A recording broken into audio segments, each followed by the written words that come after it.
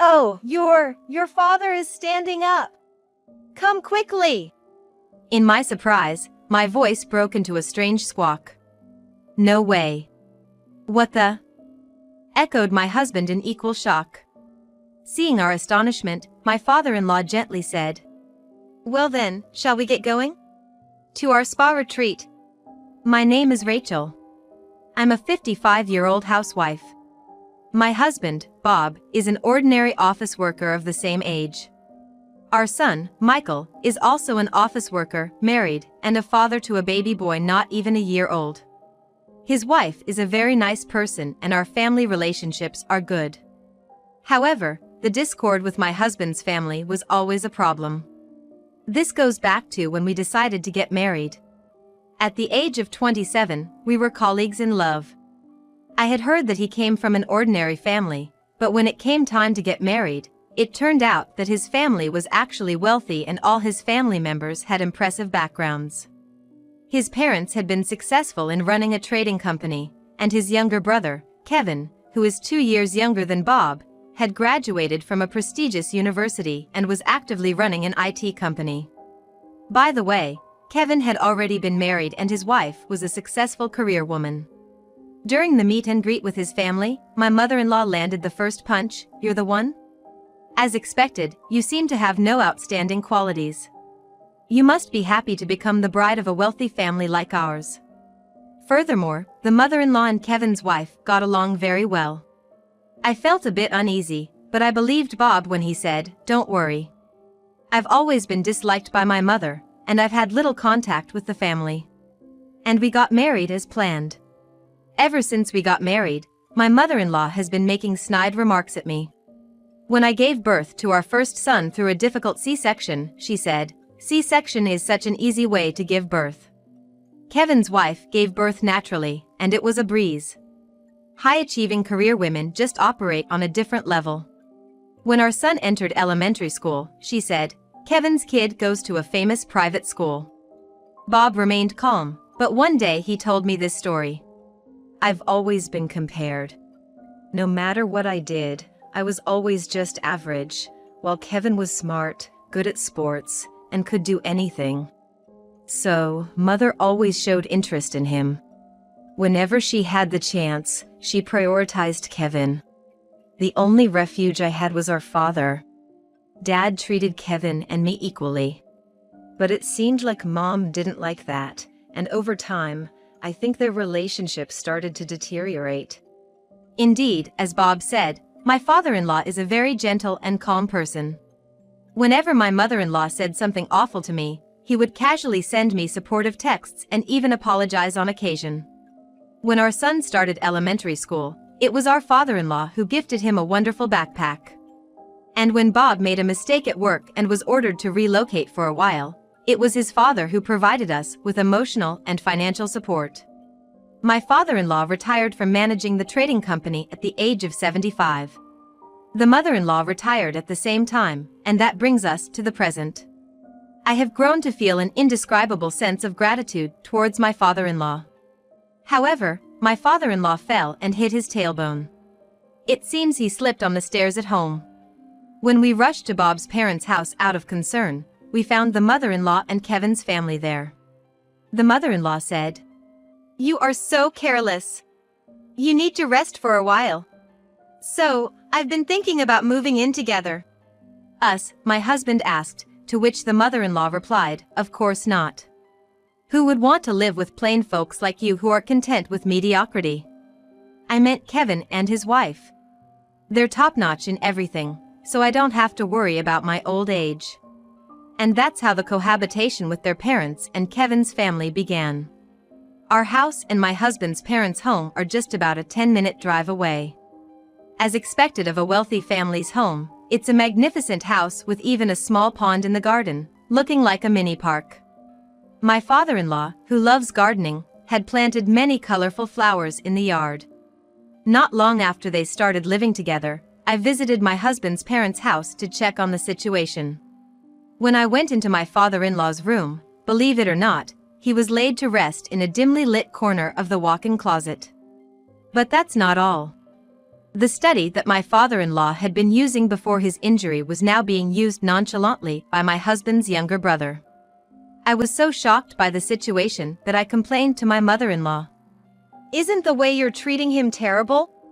My mother-in-law, with an indifferent look on her face, retorted, "Oh, since he won't be using it, Kevin is just making good use of it for his work from home." She said that nonchalantly. But still, it's pitiful for him to be in such a dark place. When I got angry, my mother-in-law got even angrier. "We're just using unused space. Don't you understand the concept of making good use of space?"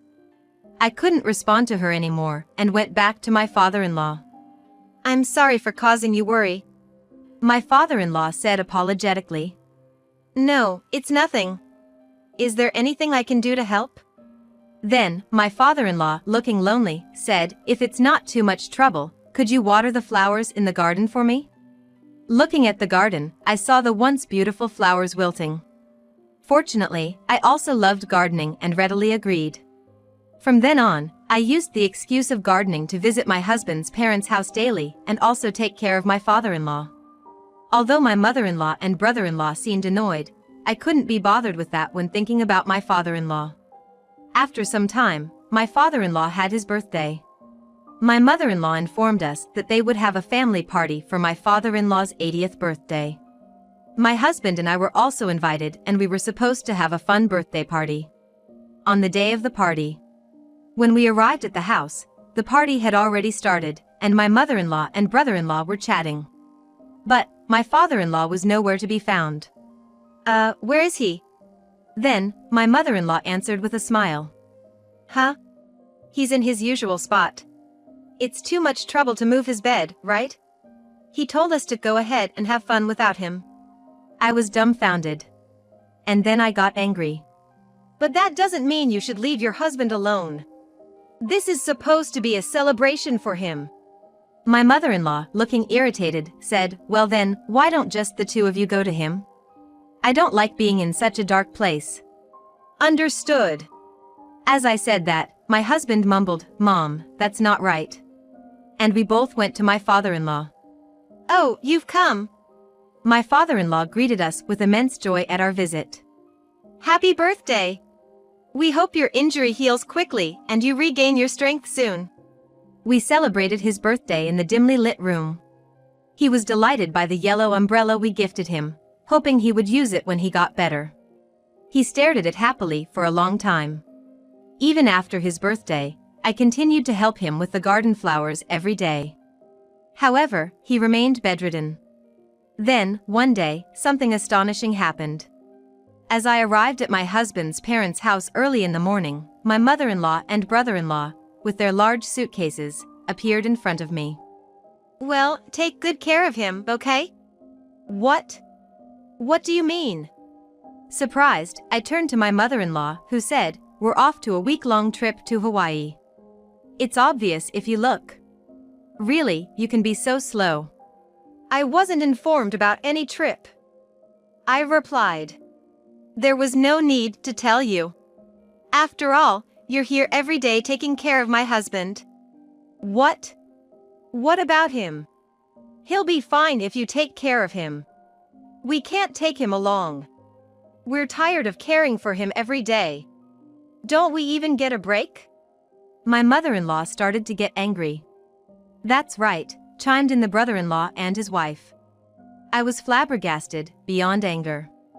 "All right then. Safe travels." I said this with a thick layer of sarcasm and took the house key from her. "Can't wait for the beach, it's been a while." Ignoring my glaring stare, my mother-in-law and the brother-in-law's family left. Once they were gone, I quickly finished gardening and went into my father-in-law's room. "I'm really sorry, Rachel," his face looked downcast.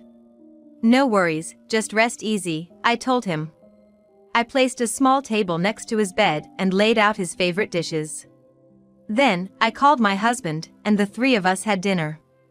Despite the circumstances, our lively dinner tasted great and was enjoyable.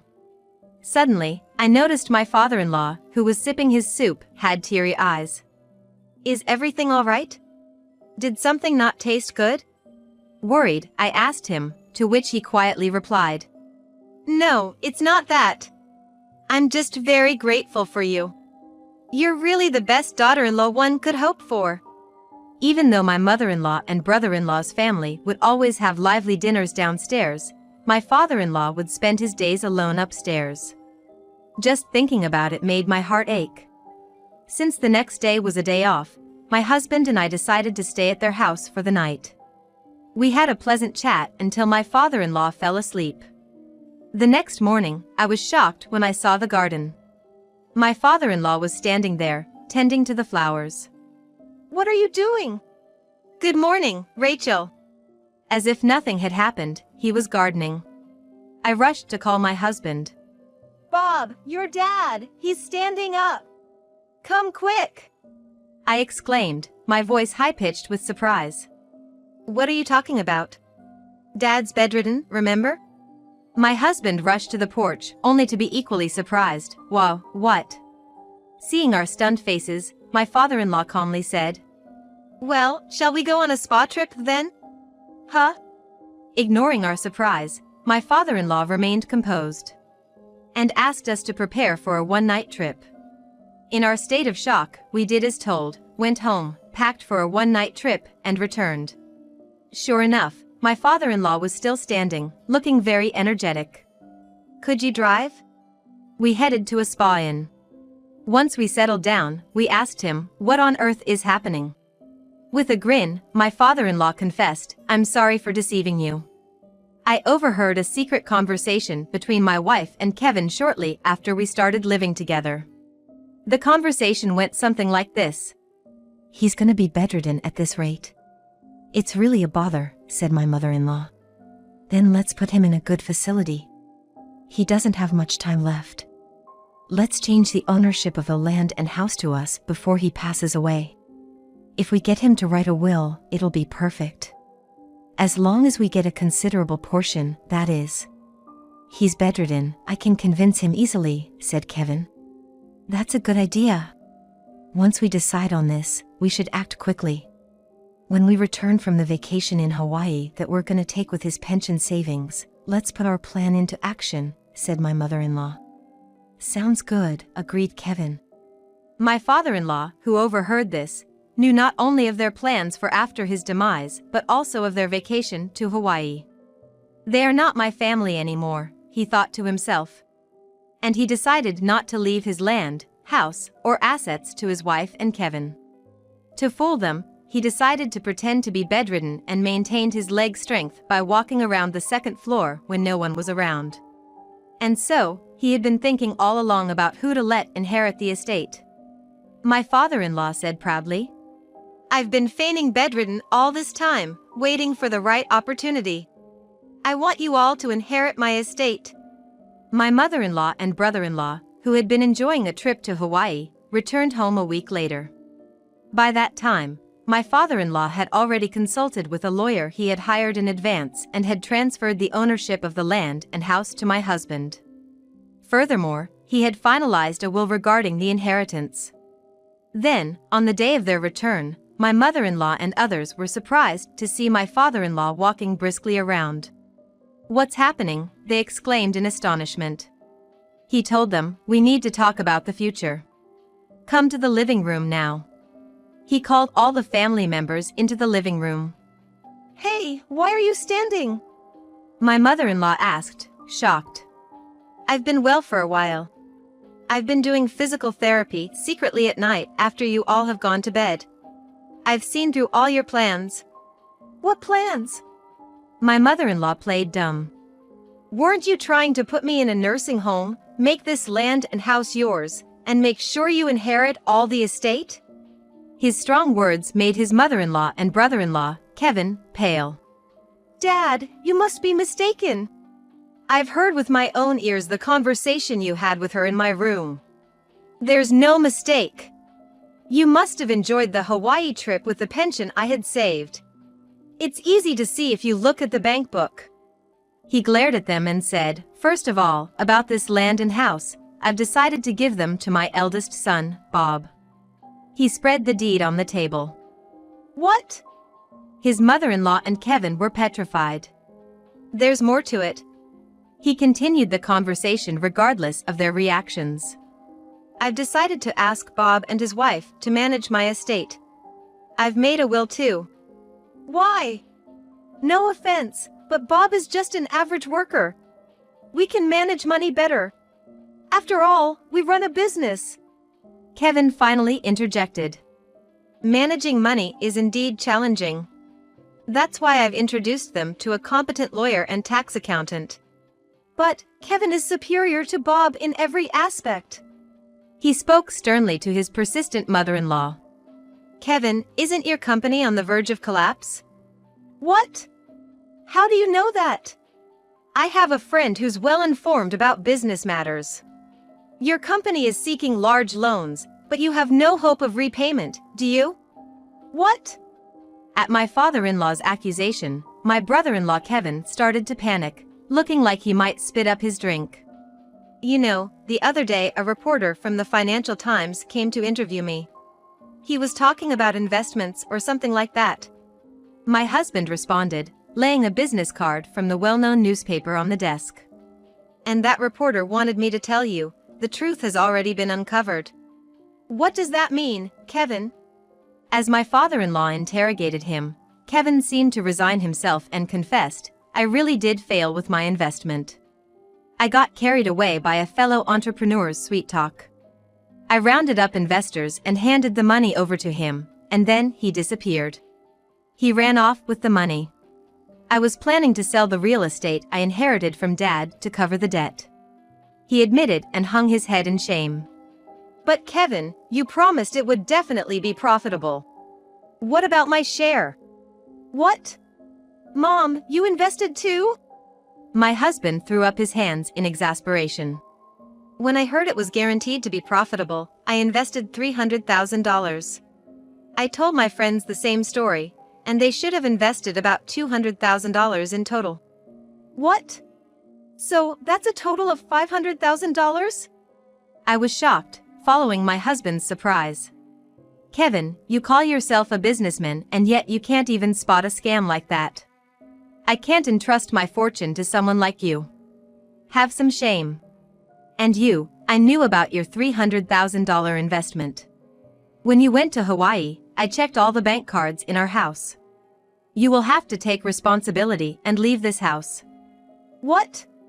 That's too much. This house is all I have. You and Kevin were the ones who took this precious house for granted. Dad, help me out here. Please help. Ignoring their desperate pleas, my father-in-law left the room. Afterwards, my brother-in-law, Kevin, was left scrambling to repay the investment money, and he had to let go of his company. He tried to start another one, but with his reputation completely ruined, he failed. His high and mighty wife couldn't tolerate such a condition, and they soon divorced. The mother-in-law, whom she used to get along with them so well, turned hostile due to financial strains, leading to constant quarrels towards the end. My father-in-law and mother-in-law also ended up divorcing at a very old age. When it came to the division of assets during the divorce, the majority of the funds had to be used to repay the investments made to the mother-in-law's friends, leaving them with virtually nothing. Divorced and in a financial pinch, my mother-in-law is getting by with the little money she gets from my father-in-law every month, but all we hear are complaints. She lost her family, money, and is now living alone in loneliness.